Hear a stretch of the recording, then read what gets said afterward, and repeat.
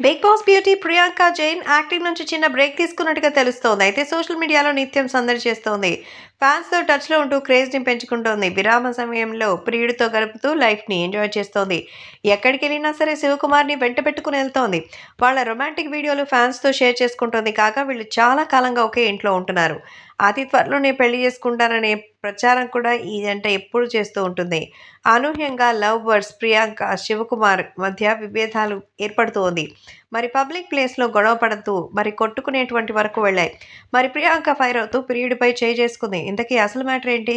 ప్రియాంక, శివకుమార్‌లు చీరల కోసం ఒక షాపింగ్ మాల్‌కెళ్తారు. వాళ్ళకక్కడ ఉన్నటువంటి సాఫ్ట్ సారీ కలెక్షన్ వరుసగా చూపిస్తారు. ఇంతలో శివకుమార్ మంచి చీరలు సెలెక్ట్ చేయి నా గర్ల్ ఫ్రెండ్ కోసం అని ప్రియాంకతో చెప్తారు. దీంతో ప్రియాంక షాక్ అవుతుంది. గర్ల్ ఫ్రెండ్ కోసం ఏమిటి అని అడుగుతోంది. కానీ నాకు యూఎస్‌లో ఒక గర్ల్ ఫ్రెండ్ ఉంది. ఆమె కోసమే అంటూ మరి చెప్తున్నారు. అక్కడ సెటిల్ అయిపోతానంటూ చెప్తున్నారు. ప్రస్తుతం జోక్ చాలా సీరియస్‌గా ఉందంటూ చెప్తున్నారు. కానీ ఇప్పుడు ఈ విషయం తెలుసుకుంటే ఎంతగానో షాక్ ఇస్తున్నారు. ప్రస్తుతం ఎక్కడ ఏ విషయంలోనూ సైతం సో, మరి వాళ్ళకి సంబంధించిన విషయాలైతే ఎంతో వైరల్ అవుతోంది. సో, దీంతో ప్రియాంక అయితే షాక్ అయిపోతోంది. గర్ల్ ఫ్రెండ్ ఏంటి అని అడిగింది. నాకు యూఎస్‌లో గర్ల్ ఫ్రెండ్ ఉంది అని అన్నారు. ఆమె కోసమే అక్కడే సెటిల్ అయిపోతా అంటూ జోక్ చేశారు. కానీ ప్రియాంక చాలా సీరియస్ అయింది. ఏం మాట్లాడుతున్నావు అంటూ అక్కడి నుంచి లేసి వెళ్ళిపోయింది.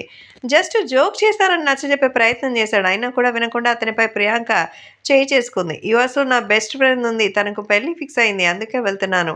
గిఫ్ట్‌గా మంచి చీరలు తీసుకొని వెళ్దామని నిన్ను సెలెక్ట్ చేయమన్నాను అని శివ వివరించారు. దీంతో ప్రియాంక మనసు కుదుటపడింది. అలా పబ్లిక్ ప్లేస్‌లో గొడవ పడుతూ రచ్చ చేశారు. కానీ ఇదంతా కేవలం ప్రాంక్ అట.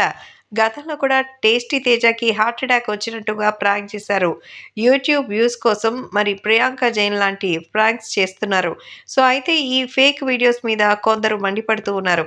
సో, ప్రస్తుతం ఇలాంటివి తగదని వాళ్ళకి చెప్తూ ప్రస్తుతం దీనికి సంబంధించిన ఫోటోస్ అంతా కూడా తీస్తున్నారని ఇప్పుడు తెలుస్తోంది.